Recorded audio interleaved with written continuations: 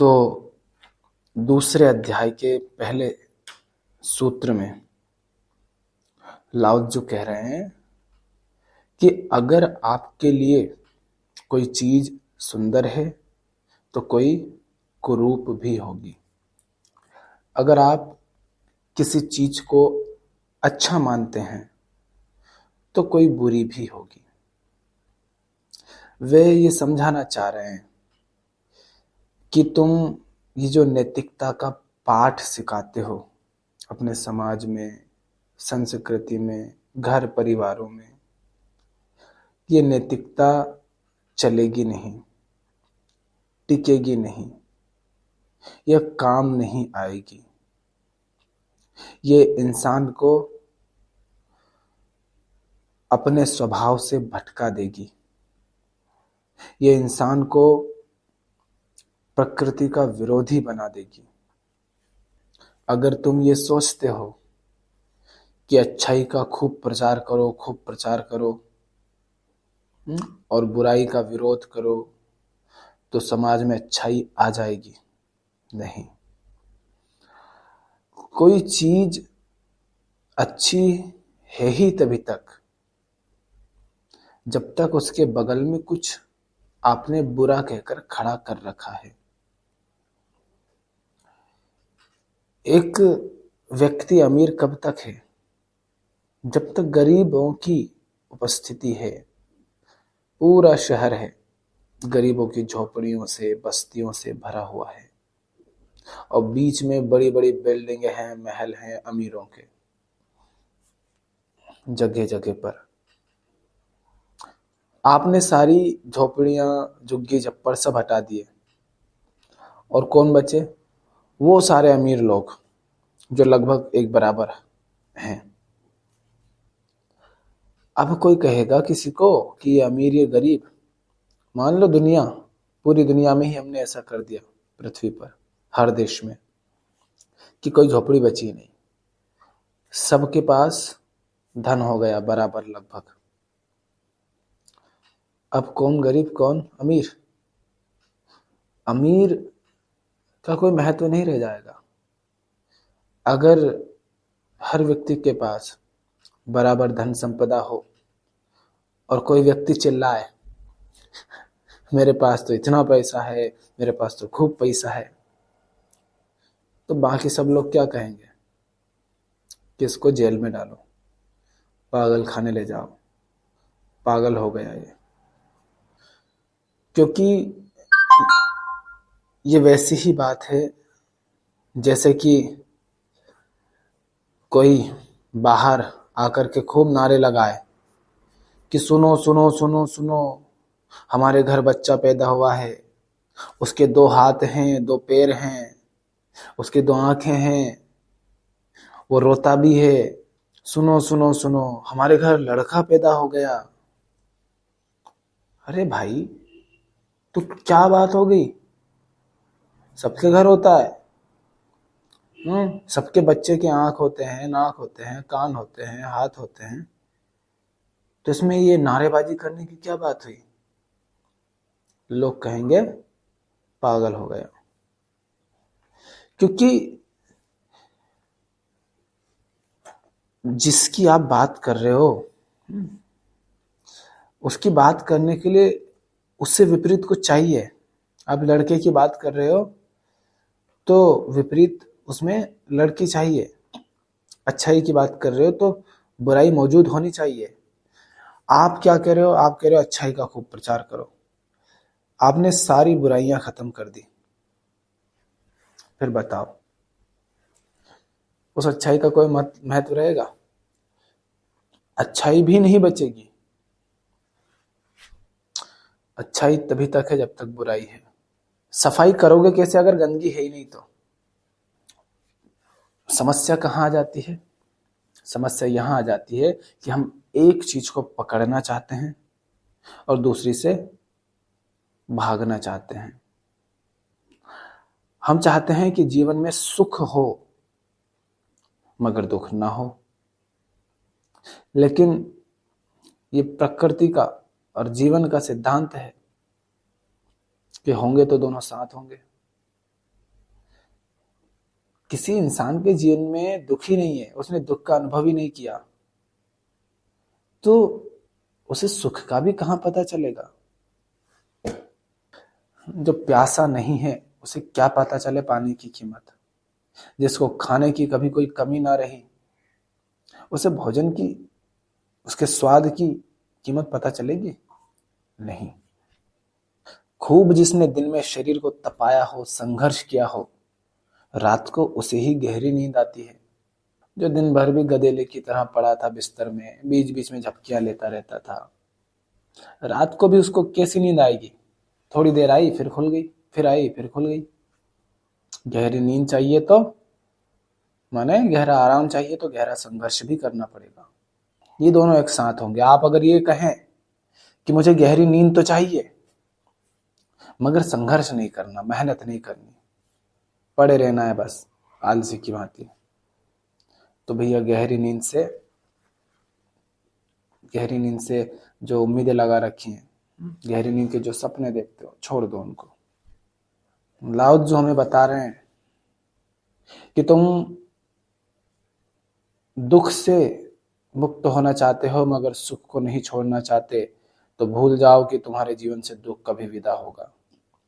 तुम समाज से बुराइयां खत्म करना चाहते हो मगर अच्छाइयों के नाम पर जो कुछ पकड़ रखा है उसका अहंकार भी पाले रखना चाहते हो, तो भूल जाओ कि तुम्हारे समाज से बुराइयां खत्म होगी।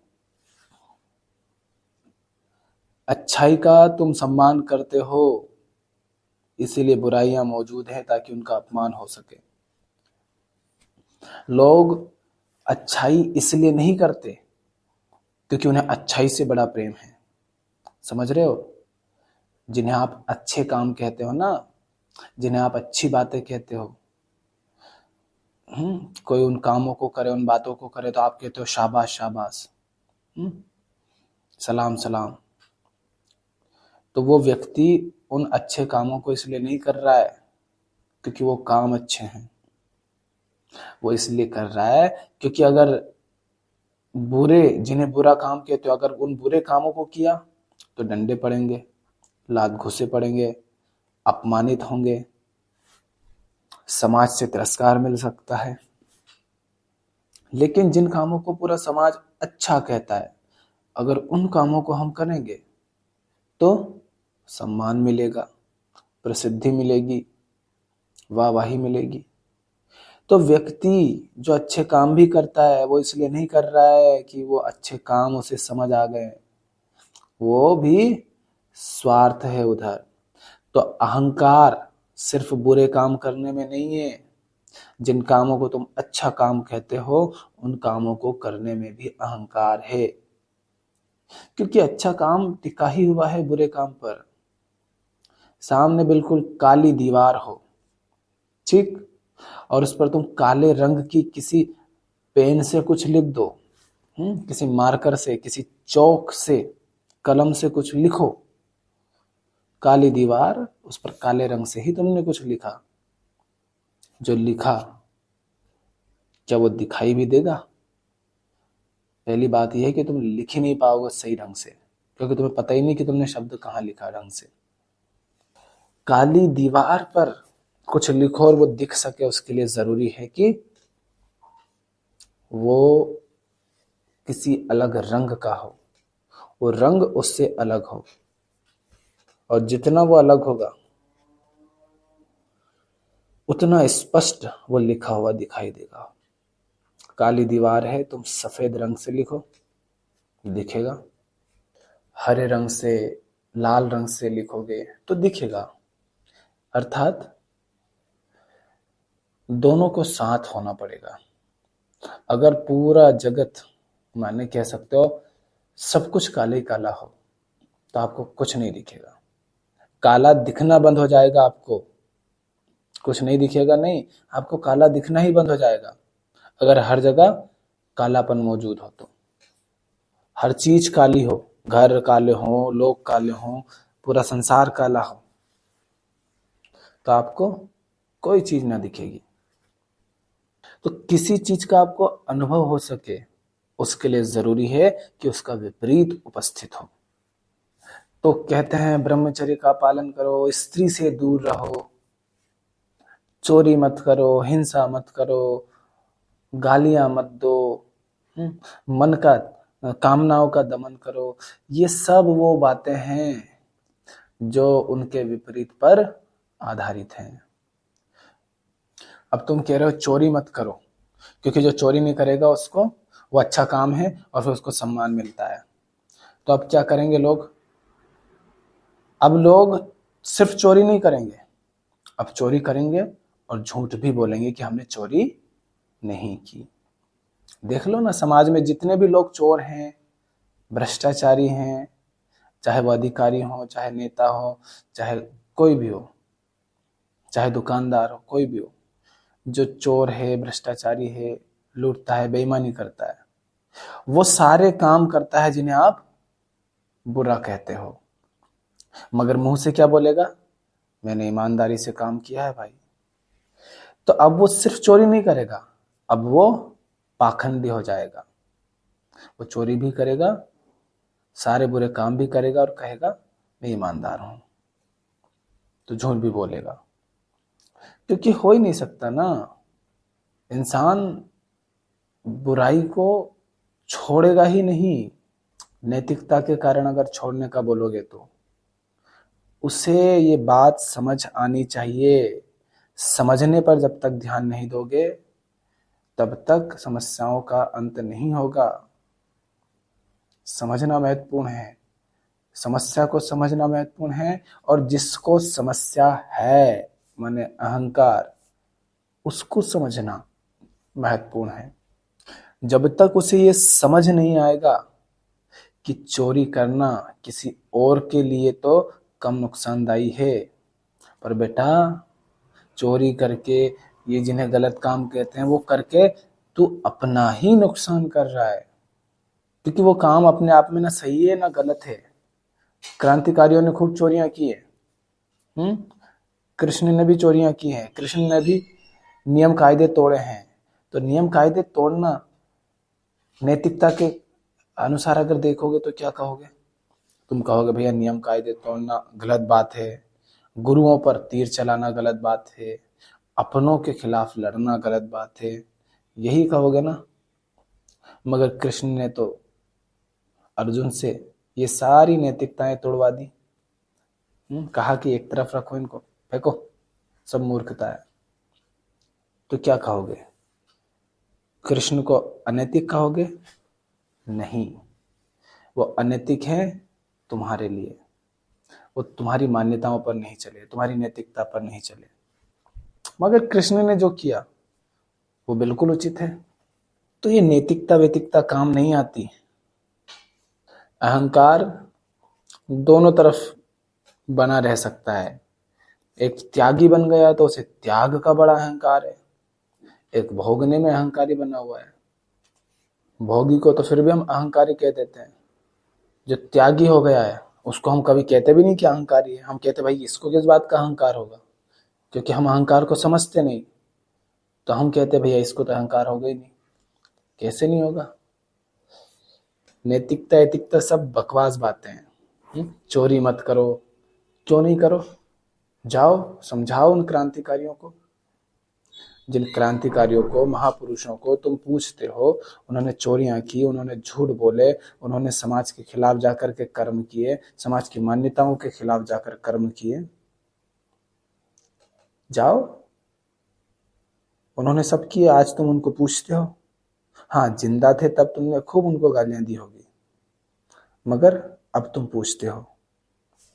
क्योंकि जिन्हें तुम अच्छी बात कहते हो, बुरी बात कहते हो, वो अच्छी बात ना अच्छी है, ना बुरी बात बुरी है, वो ना अच्छी है ना बुरी है, कुछ नहीं है। कोई कर्म, कोई बात, ये सब अच्छे या बुरे नहीं होते हैं। अच्छा या बुरा कौन होता है? कर्ता, अहंकार। अहम यदि बेहोश है, अहम को यदि होश नहीं है, वो खुद को नहीं जानता, मैं खुद को नहीं समझता, तो मैं चाहे कुछ भी करूं, चाहे अच्छे काम करूं, चाहे बुरे काम करूं, वो सब बुरे ही हैं, वो सब कुरूप ही हैं। और उनको करने से मेरे जीवन में दुख भी बढ़ेंगे, बंधन भी बढ़ेंगे। और यही तो पाप है, यही तो असली समस्या है हमारी। इसीलिए तो सब कुछ कर रहे हैं ना, कि जीवन से दुख हटे। मगर अहंकार से संचालित होकर जो भी करोगे वो दुख को ही पैदा करेगा, बंधनों को ही बढ़ाएगा, अज्ञान को ही बढ़ाएगा। और आत्मज्ञान से, माने स्वयं को जानने से, स्वयं को समझने से जो भी कर्म आते हैं, जो भी निर्णय आते हैं, चुनाव आते हैं, वो सब सही है।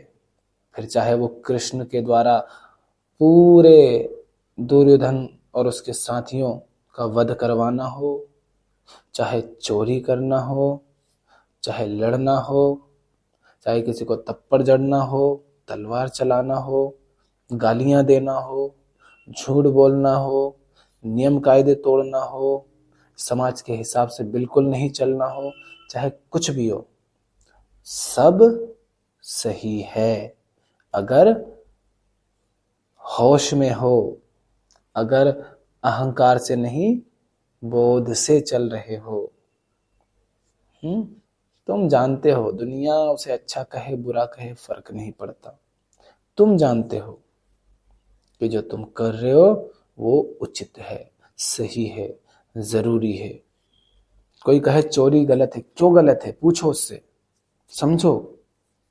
मैं तुमसे कहूं कि आज तुमने अगर वहां से वो बम नहीं चुराए ना, तो कल जाकर के वो शहर में फोड़ दिए जाएंगे और लाखों बेगुनाहों की जान जाएगी। तो बताओ वो चोरी सही हुई या गलत हुई? वहां आप कहोगे चोरी करना ठीक है, तो फिर वो चोरी चोरी भी नहीं है, क्योंकि ना कुछ चोरी है करना, ना कुछ चोरी करना होता है, ना कुछ चोरी नहीं करना होता है। बस इस बात पर निर्भर करता है कि चोरी कर कौन रहा है, उसका उद्देश्य क्या है, किस उद्देश्य के लिए वो चोरी कर रहा है, उससे पता चलता है कि करता कैसा है। सही उद्देश्य के लिए अगर कर्म हो रहा है तो कर्म समाज की नैतिकता में कहाँ आता है, इससे फर्क नहीं पड़ता। उद्देश्य सही है तो उससे पता चलता है कि कर्ता भी सही है, और कर्ता को अगर बोध है तो फिर उसके कर्म सब सही हैं। तो सारी समस्या जो है हमारी वो यहाँ आ जाती है कि हम समझने पर कम ध्यान देते हैं। हम समझना ही नहीं चाहते कि जिसे हम सुंदर कहते हैं क्यों सुंदर है, किस तरह सुंदर है। जिसे कुरूप कहते हैं उसे कुरूप क्यों कह रहे हैं। जो अच्छा लग रहा है मुझे वो अच्छा क्यों लग रहा है, जो मुझे बुरा लग रहा है वो मुझे बुरा क्यों लग रहा है। हम इसको समझना नहीं चाहते। मगर हर वो चीज जो हमारे स्वार्थ को पूरा करती है हम उसको अच्छा कह देते हैं, और जो स्वार्थ पर चोट मारती है हम उसको बुरा कह देते हैं। लेकिन हमने कहा कि ये कोई जरूरी नहीं कि जो चीज आपको पसंद आ रही हो वो आपके लिए हितकर भी हो, और जो आपको पसंद नहीं आ रही है, माने जो आपके लिए हितकर है, कोई जरूरी नहीं कि वो आपको पसंद आए। दवाई हितकर होती है मगर किसी को पसंद नहीं आती, कड़वी होती है, अच्छी नहीं लगती। तो और शराबी को शराब पसंद होती है, नशेड़ी को नशा पसंद होता है, पर उसे पसंद है इसका मतलब ये तो नहीं कि वो उसके लिए हितकर है। आलसी को आलस करना पसंद होता है, भोगी को भोगना पसंद होता है, कसाई को जीवों की हत्या करने में जैसे मजा आ रहा होगा इसलिए वो करे जाता है।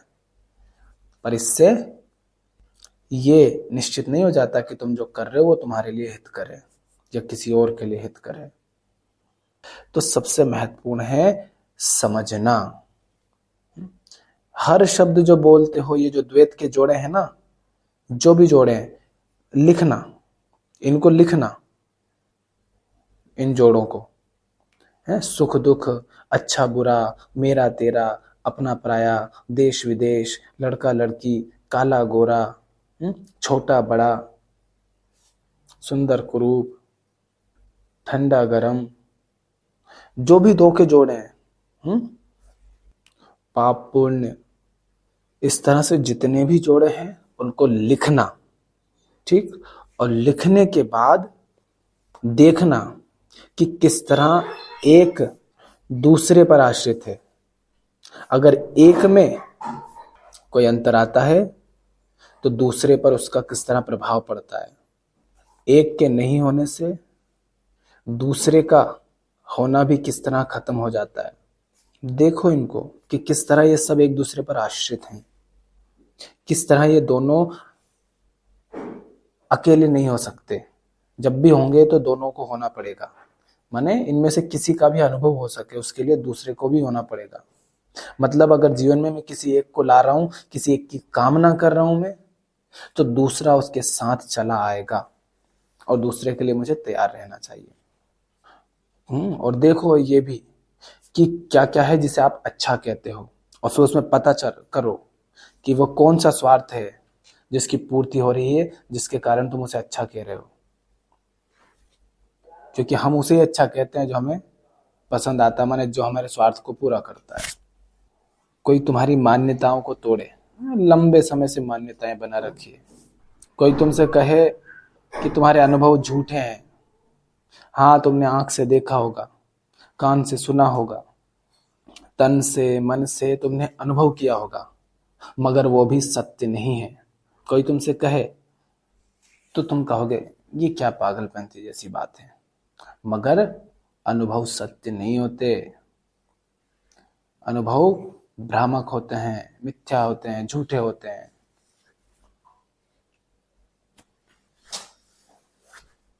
तो बातों को मानकर मत बैठो, जानो समझो। Experience doesn't means knowing, understanding. कोई बात लोग बड़े मतलब जैसे पूछते भी हैं, क्या एक्सपीरियंस हुआ आपको, क्या आपको आत्मज्ञान का अनुभव हुआ, क्या आपको आत्मबोध का अनुभव हुआ, क्या आपको आत्मा का अनुभव हुआ। अरे पगला गए हो क्या? जिस चीज का अनुभव नहीं हो सकता तुम उसके अनुभव की बात कर रहे हो, और तुम अनुभव पर अटके हुए हो। हर कोई अनुभव लेना चाहता है, दिव्य अनुभव, न जाने किस चीज का अनुभव। अनुभव से काम नहीं चलता है। अनुभव अच्छे हैं, ठीक है, सीख लो उनसे, मगर अनुभव का मतलब जानना नहीं होता है। दुख का अनुभव हर इंसान को होता है, दुख का अनुभव हर कोई करता है ना। बेचैनी, सूनापन, अकेलापन, खालीपन, है ना, भय, ईर्ष्या, क्रोध, डर, लालच, इन सब का अनुभव हर कोई व्यक्ति करता ही है, लगभग हर व्यक्ति ही करता है ना, क्योंकि ये शरीर से संबंधित है। और दुख, बेचैनी ये शरीर से नहीं, मन से संबंधित है, चेतना से। तो अनुभव तो सबको होता है, पर क्या हर व्यक्ति समझता है कि दुख माने क्या? क्या हर व्यक्ति समझता है कि बेचैनी माने क्या, अपूर्णता माने क्या? अहंकार में तो सब जीते हैं, मगर क्या वो समझते हैं क्या अहंकार माने क्या? नहीं। तो दुख का अनुभव होना एक बात है, और दुख की समझ होना, दुख को जानना, और दुखी को भी जानना, क्योंकि दुख से पहले आता है दुखी। कोई होगा ना जिसके लिए दुख है, तो पहले दुखी है फिर दुख है। तो दुखी सब हैं और दुख का अनुभव सबको होता है, मगर अनुभव होने का अर्थ यह नहीं होता है कि वो उसको समझता भी है। अनुभव से भी ज्यादा बड़ी और ज्यादा ऊंची बात होती है समझना, अंडरस्टैंडिंग, कि मैं समझता हूं। जब समझते हो तब समस्या का अंत होता है। नहीं तो कोई चीज किसी को अच्छी लगती है, किसी को बुरी लगती है, पर क्या वो समझता भी है कि जिसे वो अच्छा कह रहा है अच्छा क्यों कह रहा है, जिसे बुरा कह रहा है बुरा क्यों कह रहा है? अच्छा बस इसलिए कह रहे हो क्योंकि उससे तुम्हारे स्वार्थ की पूर्ति हो गई, तुम्हें सुख मिल गया, माने तुम्हारी कामना नहीं टूटी, वहां पर उम्मीद नहीं टूटी। अगर कामना टूट जाती, धोखा खाते, उम्मीद टूट जाती, सुख नहीं मिलता, स्वार्थ पूरा नहीं होता, तो तुम क्या कहते? गालियां देते, उसको बुरा कहते। तो बुरा तुम किसी को बस इसलिए कह रहे हो क्योंकि तुम्हारे स्वार्थ पूरे नहीं हो रहे हैं, और अच्छा सिर्फ इसलिए कह रहे हो क्योंकि स्वार्थ पूरे हो गए। नहीं तो वही चीज या वही व्यक्ति या वही वस्तु जो आज अच्छी लग रही है, कल को जब उससे स्वार्थ पूरे नहीं होंगे तो बुरी लगेगी। पत्नी जवान है, सुंदर है, हष्ट पुष्ट है शरीर, तो बड़ी प्यारी लग रही है। वही जब बूढ़ी हो जाएगी तब पसंद नहीं आएगी तुम्हें। अभी क्यों पसंद आ रही है? क्योंकि स्वार्थ पूरे हो रहे हैं। बढ़िया भोजन बनाती है और बढ़िया सुख देती है। यही पुरुष के मामले में, यही जीवन की हर चीज के मामले में है। जो भी आपको अच्छी लगती है, प्रिय लगती है, जिसे आप अपना कहते हैं, जो तुम्हारा साथ दे तुम्हारी कामना पूर्ति में, वो व्यक्ति तुम्हें अच्छा लगता है, बाकी तुम्हें बुरे लगते हैं। जो तुम्हारे स्वार्थ पूर्ति में साथ खड़ा हो जाए उसको तुम दोस्त कह देते हो, बाकी को पराया कर देते हो। तो ये समझना महत्वपूर्ण है कि जो मैं मानता हूं वैसा कुछ है भी, या बस ये मेरी मान्यता के कारण है कि अपना पराया, अच्छा बुरा। तो अनुभवों को इतने मत दोहराया करिए, अनुभवों की इतनी बात मत किया करिए कि अनुभव हुआ, अनुभव हुआ, अनुभव हुआ। क्या हुआ? अनुभव हो गया तो अनुभव छोटी सी चीज है। हर वो चीज जो आपको स्वार्थ पूरा करती है वो आपको अच्छी लगती है, मगर जो चीज आपका भला कर सकती है, आपके लिए हित करे, वो कभी आपको पसंद आती ही नहीं है वास्तव में। क्योंकि जो हितकर होती है, हितकर का मतलब क्या होता है समझते हो? हितकर का मतलब होता है कि वो आपको मिटाएगी। हितकर का मतलब होता है कि वो आपके अहंकार को चकनाचूर कर देगी। एक ही हित है आपका कि ये जो अहंकार है ना, झूठा मैं, जो खुद को न जाने क्या माने बैठा है और बस वो बन करके जी रहा है और खा रहा है दर दर की ठोकरें, दुख पा रहा है। तो हितकर का अर्थ समझते हो? हितकर का अर्थ है कि वो तुम्हारे अहंकार को चकनाचूर कर देगा, तुम्हारे अहंकार को तोड़ेगा, तुम्हारी मान्यताओं को तोड़ेगा। तुमने जो विश्वास पकड़ रखे हैं, जो अंधविश्वास पाल रखे हैं, उनको तोड़ देगा वो। उसकी बातें, उसके शब्द, उसका व्यवहार, उसका जीवन, अगर वो व्यक्ति है तो। तुम जो पूर्वाग्रह पहले से मान कर बैठे हो, उन सारी बातों पर वो चोट कर देगा। ये होता है हितकर। अहंकार को जो मिटाए, आपकी मान्यताओं को जो तोड़े, आपके अज्ञान के भ्रम को जो हटाए, बस वही हितकर है। अहंकार का नहीं होना ही आपका हित है और अहंकार का होना ही अहित है। वो नहीं तो इसको ऐसे कह सकते हो कि अहंकार को जब आप समझते नहीं हैं, माने स्वयं को नहीं समझते हैं, तो वही अहित है और स्वयं को समझना ही हितकर है। उसके अलावा बाकी जितने भी जोड़े बना रखे हैं वो सब तो बस व्यर्थ की बातें हैं, कल्पनाएं हैं, मान्यताएं हैं, बदलती रहती हैं। इसीलिए वो देखा ना, कल तक कोई दोस्त था आज वो दुश्मन हो जाता है, कल तक जो अपना था वो आज पराया हो जाता है, कल तक जिसे बड़ा प्यार करते हो आज उसको गालियां देते हो। समय के बदलते ही, माहौल, स्थिति, स्थान, ये सब बदलते ही सब बदल जाता है। जो ऐसा है उस पर कैसे भरोसा करेंगे? जो भरोसा करने लायक नहीं है तो धोखा तो खाओगे ना, दुख फिर पाओगे, क्योंकि तुम तो ये मानकर चल रहे थे कि ये सत्य है। वो सत्य नहीं है, वो आप मान रहे हैं ऐसा कि वो ऐसा है। आप कहते हो कि कोई वस्तु सुंदर है, लाओजू क्या कह रहे हैं? लाओजू कह रहे हैं कि अगर भैया कुछ सुंदर है तो कुछ कुरूप भी होगा, और कुछ अच्छा है तो कुछ बुरा भी होगा। और ये जोड़े और बढ़ा लो। उन्होंने तो बस समझाने के लिए दो बातें बोल दी। मैं आपसे पूछ रहा हूं, अगर कोई चीज सुंदर है, ठीक, आप कहते हो ना कि ये चीज फलानी, सोच लो कोई भी चीज, कोई चीज सोच लो, कोई व्यक्ति सोच लो, कुछ भी जिसे आप सुंदर कहते हैं। आप कहते हैं कि फलानी चीज सुंदर है।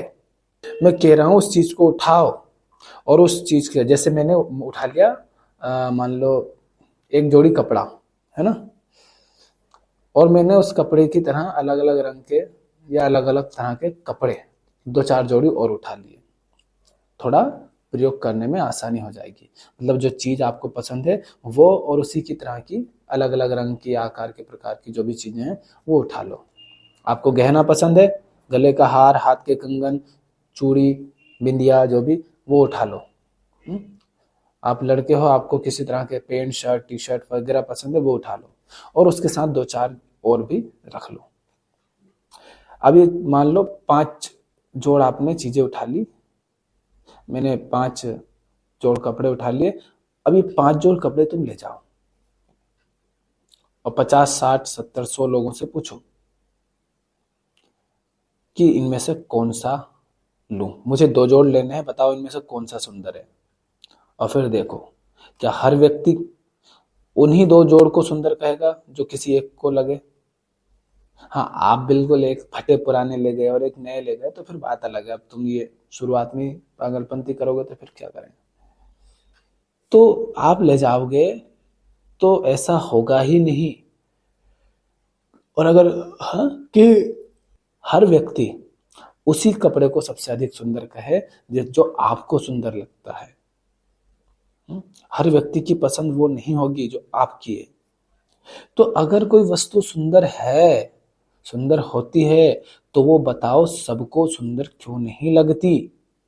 जो वस्तु अगर कोई वस्तु सुंदर है तो वो हर व्यक्ति को हर समय, आपको भी, क्या वो हमेशा सुंदर लगती है? नहीं। तो समय, स्थान, लोग ये सब बदलते ही जो जो सुंदर है वो सुंदर नहीं रह जाती। तो उसकी सुंदरता कितनी झूठी है। कोई वस्तु सुंदर है तो वो बस आपकी मान्यता के कारण है, इसीलिए कुछ समय के बाद वो आपको सुंदर नहीं लगेगी, क्योंकि कुरूपता उसके साथ साथ चल रही है, उसमें समाई हुई है। क्योंकि आप जिसे सुंदर कह रहे हो वो बदलेगी, वो भी बदलेगी, आप भी बदलेंगे, सुंदरता के आपके पैमाने बदलेंगे। तो कल तक जो चीज सुंदर लग रही थी, मान लो मोबाइल था या कुर्सी थी, कोई ऐसी चीज थी जो इतनी आसानी से बदले नहीं, माने बदल तो रही है पकड़ा, उसका बदलाव दिखे नहीं। जैसे घर है, तो अब घर की दीवारें 1 साल में इतनी नहीं बदल जाती हैं कि आंखों से दिखने लगे कि बर्बाद हो गई, नहीं। तो वो दिख नहीं रही है मगर बदल तो गई है। पर आप भी तो बदलते हैं, तो आप ही बदल गए।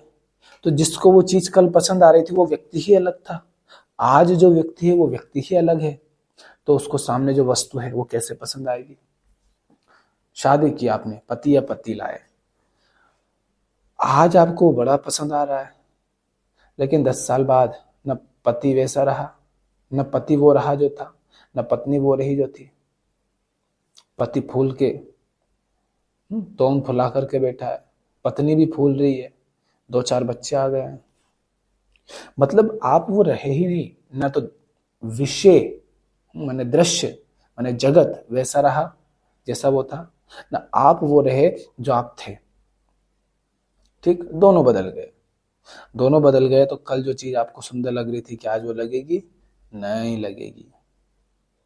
जो बुरा लगता था वो बुरा लगेगा, कोई जरूरी नहीं। तो लाओत्जू हमसे कह रहे भाई समझो, बस यूं ही मान मत लो। हैं, बच्चा पैदा होता है, उसे कुछ नहीं पता होता है कि सुंदर क्या है, कुरूप क्या है, अपना कौन है, पराया कौन है, देश क्या होता है, विदेश क्या होता है, उसे कुछ नहीं पता। कौन से कर्म अच्छे होते हैं, कौन से बुरे होते हैं, उसे कुछ नहीं पता। वो बच्चा मुक्त रहता है, आप उसके ऊपर थोप देते हो। बेचारा छोटू सा है, आप वो क्या करे, डरा कर, धमका कर, थप्पड़ दिखा कर तुम उसके ऊपर डाल देते हो। फिर वो बड़ा हो जाता है और बड़ा होने के बाद भी बेचारा स्वीकार करता जाता है। और जैसे जैसे आपकी बातें मानता जाता है, उसकी आदत पड़ती जाती है बातों को मान लेने की। फिर वो जानने पर ध्यान ही नहीं देता है, इसलिए फिर वो बड़ा होने पर समझ ही नहीं पाता है, समझने पर ध्यान ही नहीं देता है। और फिर वो एक मशीन की भांति बस इधर उधर ठोकरे खाता रहता है। जैसे वो गेंद आती थी ना 5 रुपए की छोटी सी रबड़ वाली, हाँ, तो उसको आप अपने कमरे की दीवार पर मारो तो वो इधर टकराएगी, उधर टकराएगी, उधर टकराएगी, उधर टकराएगी, ऐसे भटकता रहता है बेचारा। फिर वो आप ही तो हैं, वो बच्चे भटक रहे हैं ना आप, इसीलिए भटक रहे हैं क्योंकि जो आप बोल रहे हैं ना आप उसको समझते नहीं है। आप कोई भी शब्द इस्तेमाल करेंगे और आपको कुछ नहीं पता उस शब्द के बारे में। जीवन कह दिया, मृत्यु कह दिया, मन कह दिया, तन कह दिया, शादी कह दिया, पति कह दिया, पत्नी कह दिया, बेटा बेटी कह दिया। शब्द हम दोहराते हैं, मगर उन शब्दों का अर्थ क्या है, उन शब्दों का महत्व क्या है, क्या उनकी परिभाषा है, हम कुछ नहीं समझते, बस हम दोहराते रहते हैं। यही मनुष्य जीवन के दुख का कारण है, और कुछ नहीं, कि आप कुछ जानते नहीं। आप न दृश्य को समझते, माने जगत को नहीं समझते। विचार, ये भी आप कहते हो मैं विचार देख रहा हूं, तो विचार दृश्य है, और जो देख रहा है वो दृष्टा कहलाता है ना। और दृष्टा और दृश्य एक है, तो देखने वाला भी विचार है, मन ही है। तो विचार भी दृश्य है, उसको देखने वाले को दृष्टा कहते हैं। तो दृश्य मतलब सिर्फ ये नहीं जो आंख से देख रहे हो, सब, तन मन बुद्धि विचार, पूरा जगत, पेड़ पौधे पशु पक्षी। आशा ये कर रहा हूं मैं आपसे कि मेरी आवाज आप सुन पा रहे होंगे, क्योंकि मेरे गले में दर्द हो रहा है। आजकल मैं 2-3 घंटे की रिकॉर्डिंग करता हूं, 1.5-2 घंटे लोगों से बात करता हूं, बहुत ज्यादा बोलना हो जाता है, तो गला दर्द करने लगता है। तो आपको सुना रहा होगा, इतनी तेज होगी आवाज।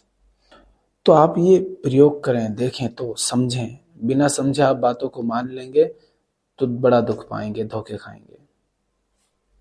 देखो कि दृष्टा किस तरह से भ्रमित है, मान्यताओं में जी रहा है, संस्कारित है, किस तरह वो संस्कारित हो चुका है। बस शब्द दोहराता है, समझता नहीं है। तो दोहराओ कम, और जो कम दोहरा रहे हो उसको समझो, कम दोहराओ और उसको समझो, ताकि आवश्यक हो तो ही मुंह से निकले। तो जिसे हम सुंदर कहते हैं, ना तो वह हर व्यक्ति के लिए सुंदर होती है, ना ही आपके लिए हर समय हर स्थान पर सुंदर रहती है।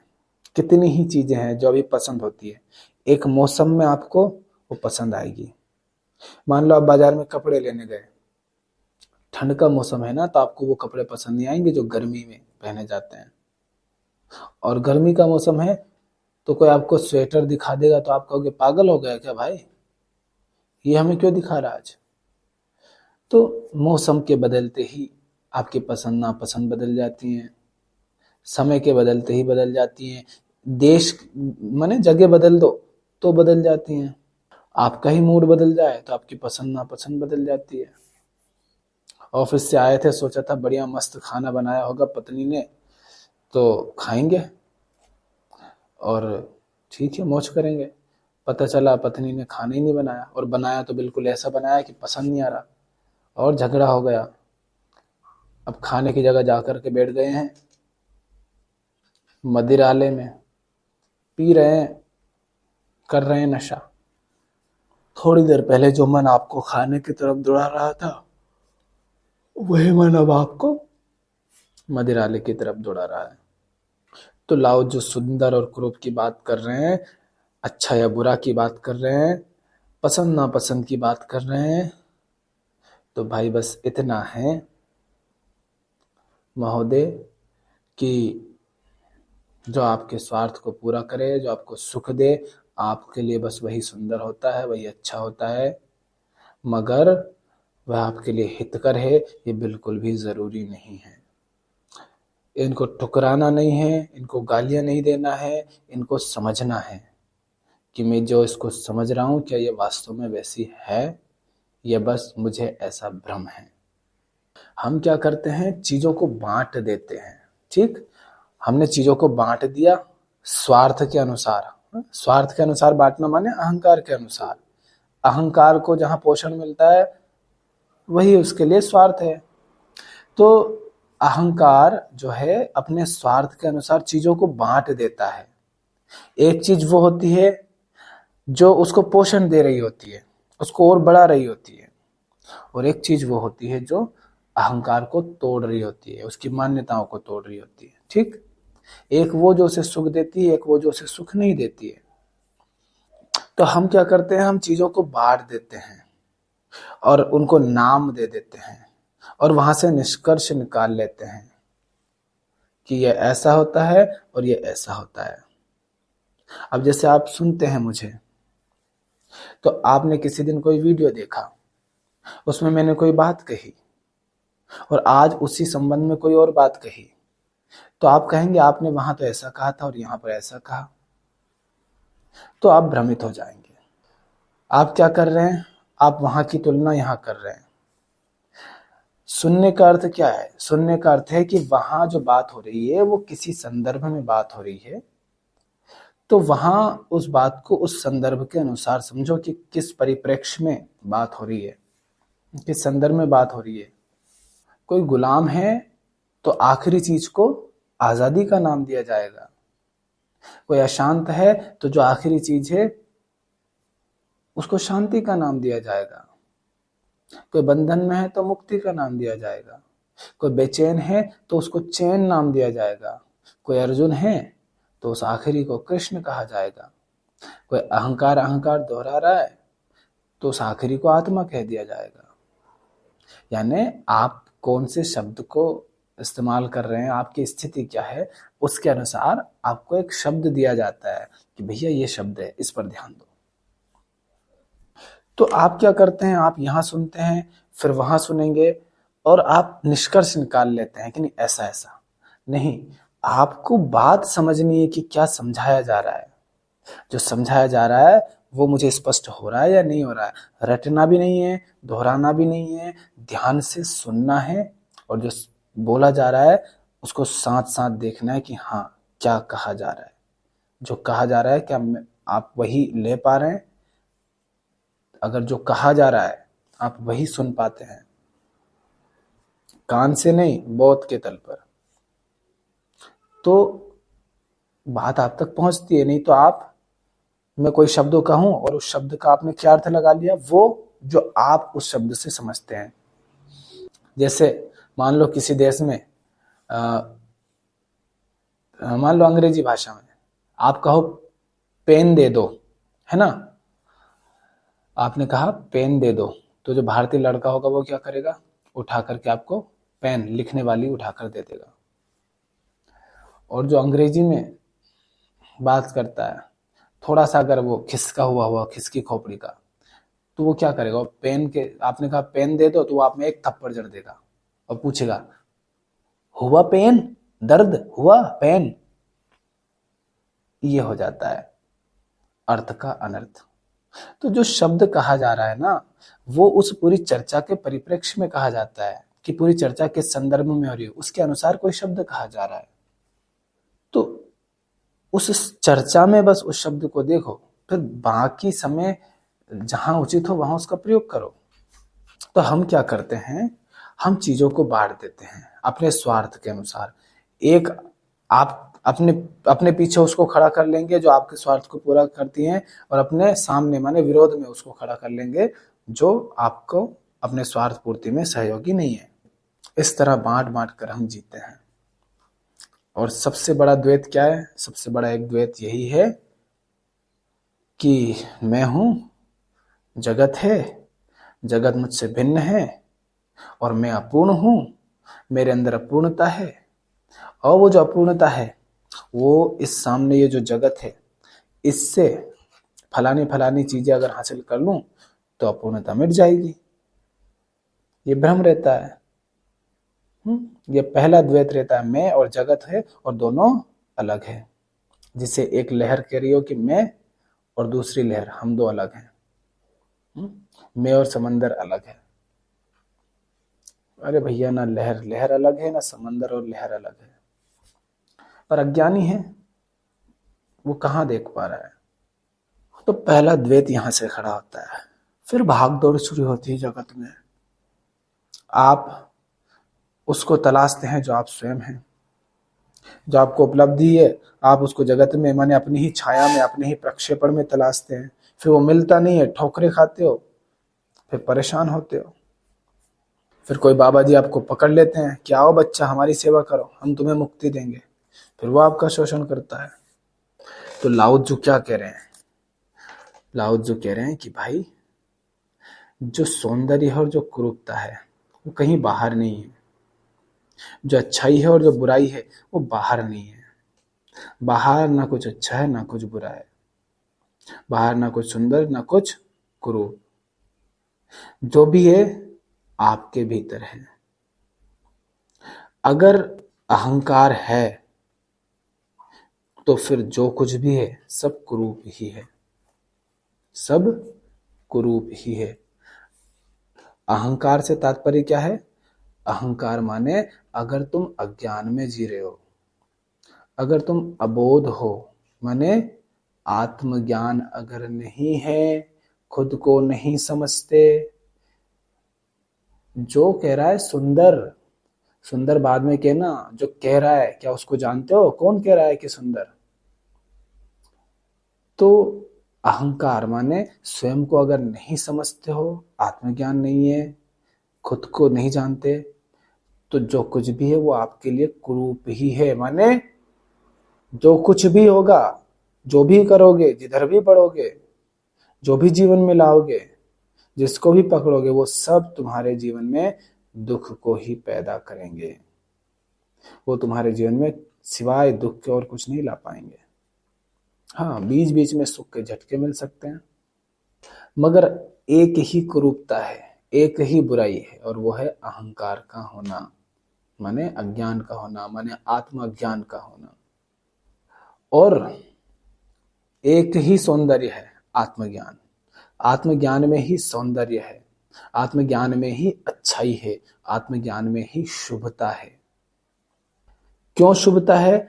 बात आपकी हो रही है, मेरे लिए क्या कुरूप है, क्या सुंदर है, मेरे लिए क्या अच्छा है, क्या बुरा है। तो हमने कहा बस एक ही चीज है जो बुरी है और एक ही चीज है जो अच्छी है।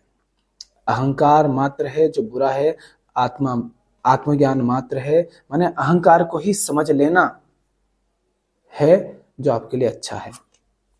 और अच्छा और बुरा क्यों है?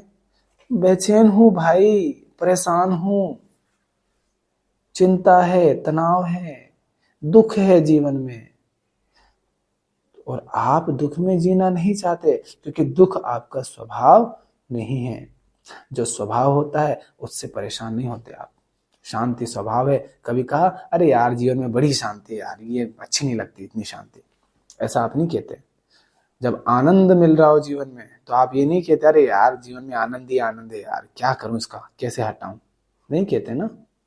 जो आपका स्वभाव होता है आप उससे दूर नहीं भागते हैं। जो आपका स्वभाव नहीं है, जब वो जीवन में मौजूद होता है तो आप उससे दूर भागते हैं। तो दुख से आप दूर भागते हैं, क्यों? क्योंकि दुख आपका स्वभाव नहीं है। मगर आप दुख से जब दूर भागते हैं आत्मज्ञान के अभाव में, तो आप क्या कहते हैं? आप कहते हैं सुख ले आओ ना। दुख है जीवन में तो चलो सुख के साधन खोजते हैं, सुख के तरीके खोजते हैं, सुख के माध्यम खोजते हैं। आप सुख के पीछे दौड़ते हो तो क्या होगा? सुख के माध्यम से फिर दुख आ जाएगा।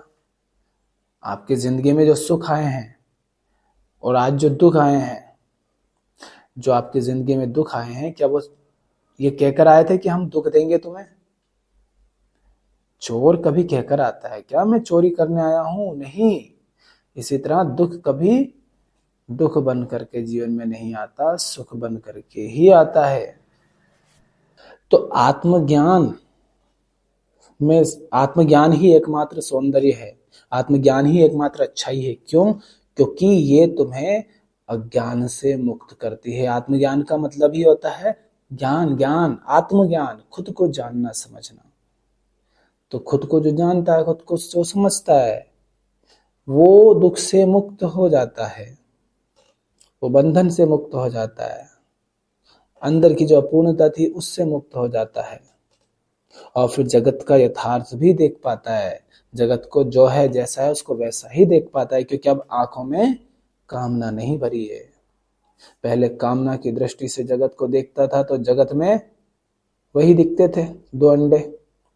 दूर से देखा तो दो अंडे उछल रहे थे और पास जाकर देखा तो दो गंजे उचक रहे थे। तो जब कामना भरी होती है तो अंडे दिखते हैं, और जब कामना मुक्त हो जाते हो तो साफ दिखता है कि भैया गंजे उचक रहे हैं। तो तुम्हारी मूल समस्या क्या है? दुख, और दुख तुम्हारा स्वभाव नहीं है। तो आत्मज्ञान तुम्हें दुख से मुक्त करता है, तो तुम्हारे लिए एक ही अच्छाई है, आत्मज्ञान, और एक ही बुराई है, अहंकार, माने आत्मज्ञान। तो लाओत्जू कहते हैं कि जो सौंदर्य है और जो कुरूपता है, वो दोनों ही तुम्हारे अंदर हैं। बाहर कुछ भी अच्छा बुरा नहीं है, बाहर वस्तुएं अच्छी बुरी नहीं होती हैं, चीजें अच्छी बुरी नहीं होती है, कर्म अच्छे या बुरे नहीं होते हैं। वो जो अच्छा या बुरा होता है वो तो निर्भर करता है कर्ता पर। कर्ता ठीक है तो फिर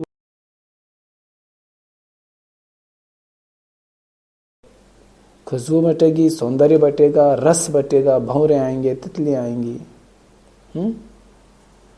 तो उससे जो होगा वो शुभ ही होगा, क्योंकि वो ही शुभ है, वो स्वयं शुभ है।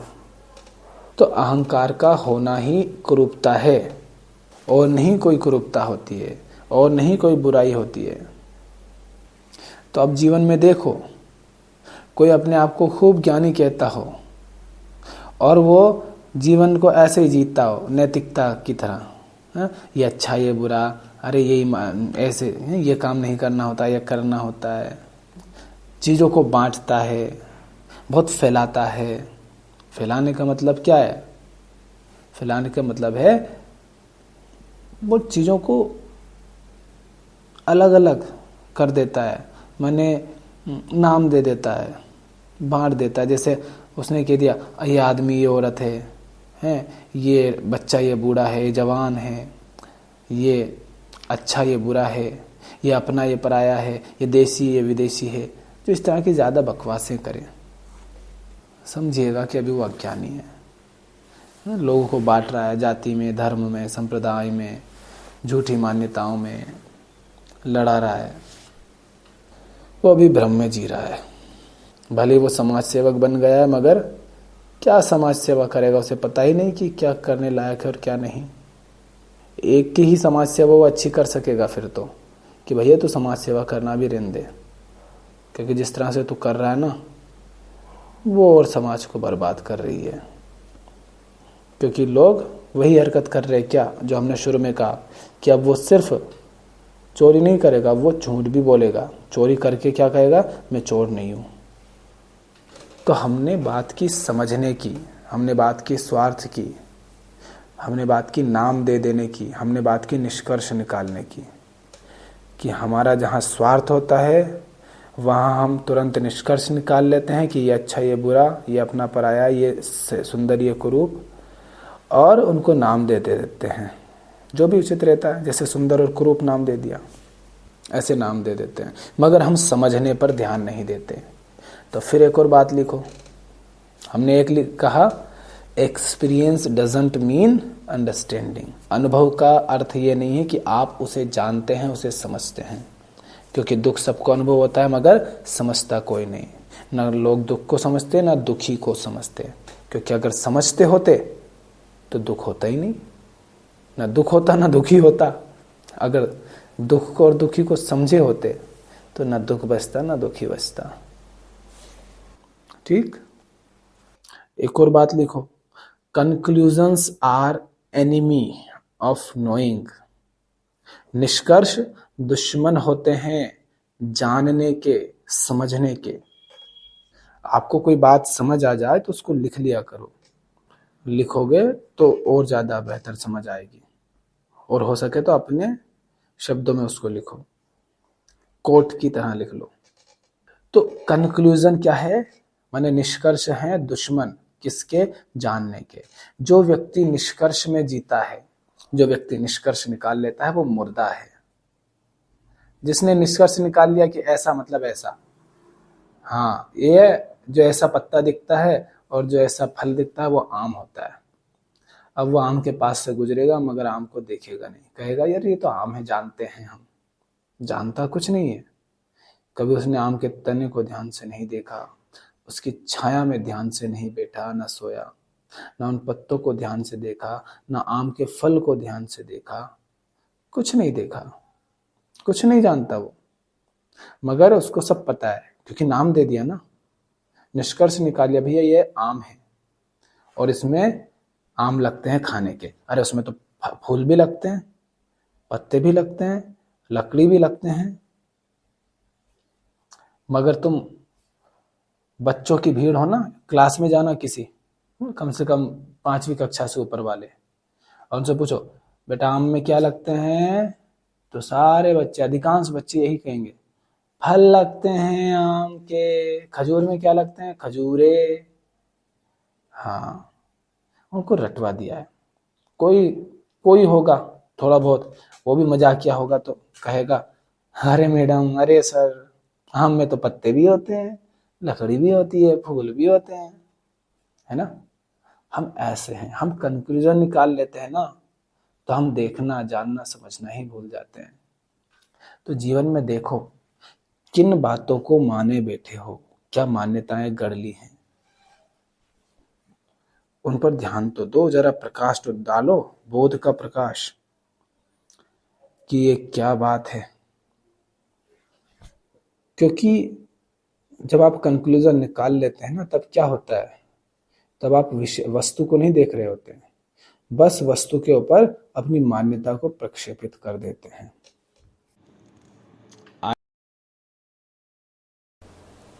जो जब जैसे आप कहते हो ना, आंखों ने देखा और तुरंत कह दिया ये आम का पेड़ है, ये जामुन का पेड़ है, ये फलाना व्यक्ति है, वो छवि आपने उस पर प्रक्षेपित करी और आपने कह दिया नहीं, वो छवि जाकर के आपके अंदर है, वो जाकर के सामने वाले से मैच हुई और आपने निर्णय ले लिया कि हाँ इसको मैं जानता हूँ। सामने किसी वस्तु को, किसी विषय को जो पहचान रहा है ना कि ये क्या है, वो पहचानने वाला आइडेंटिफायर आपके अंदर बैठा है, जो आइडेंटिफाई कर रहा है। तो जिस चीज को आप आइडेंटिफाई कर रहे हैं माने पहचान रहे हैं, मैं आपको कोई चीज बताऊं बिल्कुल नहीं अनोखी, जिसको आपने ना देखा ना सुना, है ना, और आपसे पूछो ये क्या है, क्या तुरंत आपके अंदर से नाम आएगा? क्या आप नाम दे पाओगे?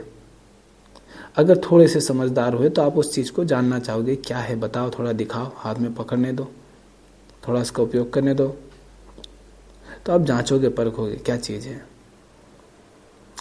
आपको मैं पेड़ का ऐसा पत्ता दूं जो आपने कभी देखा नहीं, तो आप देखोगे, ध्यान से देखोगे, थोड़ा ध्यान दोगे, यार किस चीज का पत्ता होगा, अरे ऐसा पत्ता किस चीज का होता है, आप इस तरह उसको देखोगे, है ना। माने अगर आप तुरंत किसी बात के बारे में कोई शब्द बोल देते हैं, कुछ कह देते हैं, तो इसका अर्थ क्या है, आप कंक्लूजन निकाल करके बैठे हैं, निष्कर्ष निकाल करके बैठे हैं। और ये मुर्दा जिंदगी की पहचान होती है कि उसके पास हर बात के कंक्लूजन है, हर बात का निष्कर्ष है। और जो ऐसे जीता है उसकी जिंदगी मुर्दा है, वहाँ ना जीवंतता होगी, ना प्रेम होगा, ना संवेदनशीलता होगी, कुछ नहीं होगा। हम द्वैत में यही करते हैं, पाप पुण्य, अच्छा बुरा, सही गलत, इसमें बांट दिया है चीज़ों को। तो ये जो द्वैत का जोड़ा है, ये सब आप लिखना और उनको समझना। पहले लिखना जितने भी तरह के द्वैत के जोड़े दिखाई देते सब, और फिर समझना कि किस तरह दोनों साथ साथ पाए जाते हैं। अगर ज़िंदगी में एक से मुक्त होना है तो दोनों से मुक्त होना पड़ेगा, अन्यथा जितना ज़्यादा सुख चाहिए उतना ज़्यादा दुख सह लो। भोजन का बहुत मज़ा लेना है तो पता है, ध्यान से सुनना, अगर भोजन का बड़ा आनंद लेना हो ना, सुख लेना हो, तो भोजन को बहुत बेहतर बनाने पर कम ध्यान दो, स्वादिष्ट भोजन बनाने पर कम ध्यान दो, खुद को भूखा रखने पर ज़्यादा ध्यान दो। जितने ज़्यादा भूखे होगे ना, तो चाहे भोजन कैसी बनाओ, रूखा सूखा तीखा कैसा ही, आनंद सुख मिल जाएगा तुम्हें। कोई व्यक्ति अगर जीत में बड़ा सुख पाता है, हार में वो उतना ही गहरा दुख भी पाएगा। लाओ जो कह रहे हैं भैया ऐसा नहीं चलेगा कि तुम सुख चाहो मगर दुख की छाया पीछे ना हो, दोनों होंगे। सफलता मिली है तो वापस छिन ना जाए इसका डर लगातार बना रहेगा, हो ही नहीं सकता। सफलता से चिपकोगे तो सफलता के छिन जाने का, असफलता का, सबका डर बना रहेगा। अगर डर से मुक्त होना है तो सफलता के प्रति जो मोह है, जो उससे सुख पा रहे हो, उसके प्रति भी थोड़े दृष्टा की भांति हो जाओ, उसको भी थोड़ा देखो बस कि ऐसा है, ज़्यादा उछलो मत। So if there is ego माने अज्ञान, if there is ego, everything will be ugly for you, and when there is no ego, everything is beautiful for you. सब कुछ सुंदर है जब अहंकार नहीं है, अन्यथा सब कुरूप होता है। सौंदर्य नजर ही नहीं आता जब अहंकार होता है। अहंकार माने कामनाएं हैं, मान्यताएं हैं, अज्ञान है, भ्रम है, दुख है, डर है, चिंता है, तनाव है, यही अहंकार है। देखो ना, जिसको पता है कि आपको क्या पसंद है ना, आपने कंक्लूजन निकाल रखे हैं और सबको पता है कि इसको क्या चीज़ पसंद आती है, तो सोचो वो आपका कठपुतली की भांति इस्तेमाल कर सकता है। वह आसानी से आपको गुलाम बना सकता है। आपका खाना, आपका पीना, क्या आप देखते हैं, क्या आप सुनते हैं, ये आपने पसंद किए हैं ना, और पहले से पता है आपको, आपने तय कर रखे हैं कि क्या चीज़ आपको पसंद आएगी। तो फिर देखो इंस्टाग्राम, यूट्यूब, एडवर्टीजमेंट कंपनियां, ये सब क्या करती हैं, उसी तरह के विज्ञापन आपको दिखाती हैं। रील में जिस तरह के वीडियोस आप देखते हैं, स्क्रॉल करते हैं, तो उसी तरह के वीडियोस फिर आपको दिखाए जाते हैं। यूट्यूब पर जिस तरह के वीडियो आप रेगुलर देखते हैं, उसी तरह के वीडियोस आपके रिकमेंडेशन में आते हैं। क्यों? क्योंकि, और ये किसी इंसान ने नहीं पकड़ा, ये तो मशीन ने पकड़ लिया। लो, आप इंसान हो, आप इतने गुलाम हो कि मशीन भी पहचान जाती है कि तुम्हारी जिंदगी का डर्रा क्या है, और फिर उसके हिसाब से वो तुम्हारे सामने ला करके माल परोस देती है। ये होता है जब आत्मज्ञान होता है, जब खुद को नहीं जानते, जब निष्कर्षों में जीते हो, जब व्यर्थ के भेद खड़े करते हो, उन भेद की हकीकत को नहीं समझते हो, झूठे भेदों में जीते हो, ऐसे धोखा खाते हो, ऐसे लुटते हो, और समाज लूटता है, दुनिया लूटती है तुम्हें, इसीलिए तो दुख पाते हो। मगर हम इसी बात के लिए आतुर हैं। हम कहते हैं मैं तो बस एक बार में बता दो मुझे, दो लाइन में, दो शब्दों में बता दो आखिरी बात क्या है, ताकि उसको फिर मैं बैठा लूं, पकड़ के बैठ जाऊं मन में। यही तो आपकी हमारी कोशिश रहती है ना, कि भैया बता दो यार, थोड़ा सा साफ साफ जो कहना है कह दो। इतना लंबा ये 1 घंटे का वीडियो बना दिया, 1.5 घंटे का, 2 घंटे का, आधे घंटे का, इतने लंबे लंबे वीडियो में बकवास करते रहते हो। रोज जब देखो तब नया वीडियो एक लाकर डाल देते हो। इतनी क्यों बकवास कर रहे हो? सीधी सीधी 2 लाइन में बता दो क्या बात है, 2 लाइन में बता दो क्यों, ताकि उन 2 लाइनों को रट लें, दोहराते रहें। निष्कर्ष का मतलब ये है मुर्दा जिंदगी, और तुम निष्कर्ष की ही मांग करते हो। जिसे ऐसा लगता है ना कि वे जानता है सब कुछ, जो निष्कर्षों में जीता है, समझ लो वो बूढ़ा हो चुका, मुर्दा हो चुका, असंवेदनशील हो गया। अब नहीं समझेगा वो कुछ भी। जो लोग बड़ी अंधविश्वास में जीते हैं, गहरी मान्यताओं में जीते हैं, देखो ना वो कैसे अपनी मान्यताओं की रक्षा के लिए अड़ जाते हैं, लड़ जाते हैं, गला काटते हैं एक दूसरे का, दंगे होते हैं। वो सब यही बातें हैं, यही अज्ञान से आ रही है। क्या करें और क्या ना करें ये महत्वपूर्ण नहीं है। महत्वपूर्ण बस यह है कि जान लो कौन है जो करना चाहता है, क्यों वो करना चाहता है। कौन है जो करना चाह रहा है, क्या है जो करना चाह रहा है, और क्यों करना चाह रहा है, ये देख लो। क्या करें क्या नहीं करें इसका फैसला अपने आप हो जाएगा। फिर अगर साफ साफ ये पता है कौन करना चाहता है, क्या करना चाहता है, क्यों करना चाहता है, तो क्या करना है, क्या नहीं करना है, कैसे करना है, सब स्पष्ट हो जाता है। तो द्वैत के जोड़े बनाओ, उनको समझो, उनको समझ, उनके माध्यम से आप स्वयं को जान पाएंगे, अपने बारे में, अपनी मान्यताओं के बारे में। वो टूटेंगे फिर। मान्यता टूटने का मतलब क्या है? अज्ञान हटा। आज तक कुछ मान कर बैठे था, वो आज भ्रम टूट गया कि वैसा कुछ नहीं है। यही होता है मान्यताओं का टूटना, माने अहंकार का मिटना। ऐसे ही मिटता है, जितना जानते जाते हो उतना अहंकार मिटता जाता है।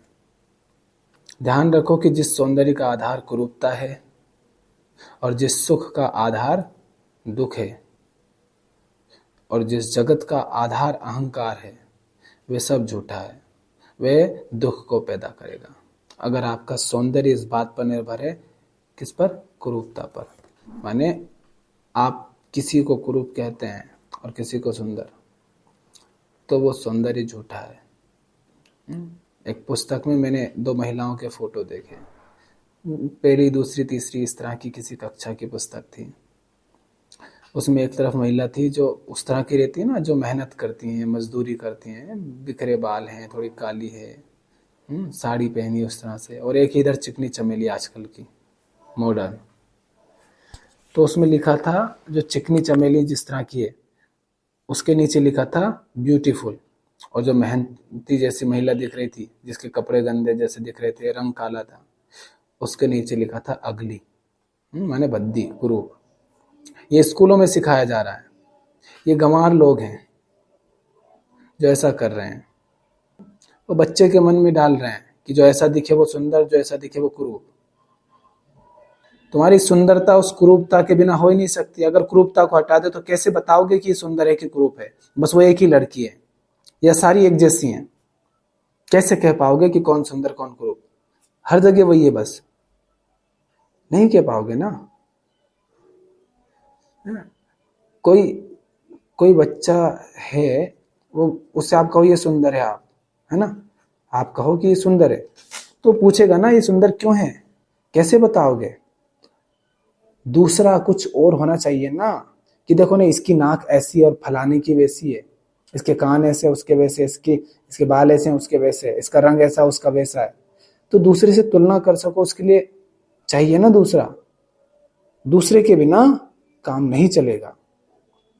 तो जो सौंदर्य कुरूपता पर आधारित हो, जो सुख दुख पर आधारित हो, जो जगत जो आप निर्मित करते हैं, जो आप प्रक्षेपित करते हैं, वो यदि अहंकार से आ रहा है तो ये सब झूठे हैं। जो अच्छाई आधारित है बुराई पर, वो झूठी है। अगर आप अच्छाई को पकड़े रखना चाहते हैं तो बुराई भी रहेगी। आप सुख को पकड़े रखना चाहते हैं तो दुख भी रहेगा। आप कुरूपता से सौंदर्य को पकड़े रखना चाहते हैं तो कुरूपता भी जीवन में रहेगी। ये मत सोचिए कि नहीं रहेगी, दोनों साथ रहेंगे। और ये सारी जो कल्पनाएं कर रखी है ना आपने, अच्छे आदमी की, बुरे आदमी की, हैं, सदाचारी, दुराचारी, साधु, है ना, और आम आदमी की, सन्यासी की और ग्रस्त की, जितनी भी कल्पनाएं कर रखी हैं वो सब झूठी हैं। हटा देना उनको। साधु तभी तक है कोई जिसे आप तथाकथित साधु कहते हैं ना। साधु माने, अगर तथाकथित जो धार्मिक लोग हैं, जो सन्यासी लोग हैं, उनकी भाषा में कहो तो साधु माने कौन? वो जो त्यागी बन गया है। और संसारी मतलब जो भोगी है। आजकल तुम अगर समाज में देख रहे हो तो क्या सचमुच ऐसा है?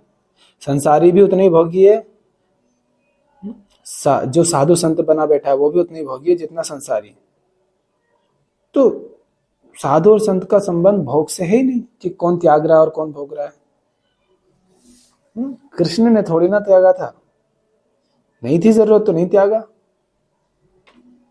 और जहां जिनको जरूरत लगी उन्होंने त्याग ही दिया। कबीर साहब के पास तो था ही नहीं इतना कुछ कि वो त्यागे की पकड़े। बुद्ध के पास था, उन्होंने त्याग दिया। तो ये जो कल्पनाएं कर रखी है ना, अच्छे आदमी की, बुरे आदमी की, ये सब कल्पनाएं हैं और कल्पना मात्र हैं। इनसे मुक्त होइए, समझिए कि जिसको आप अच्छा कह रहे हैं क्यों कह रहे हैं, जिसको बुरा कह रहे हैं क्यों कह रहे हैं।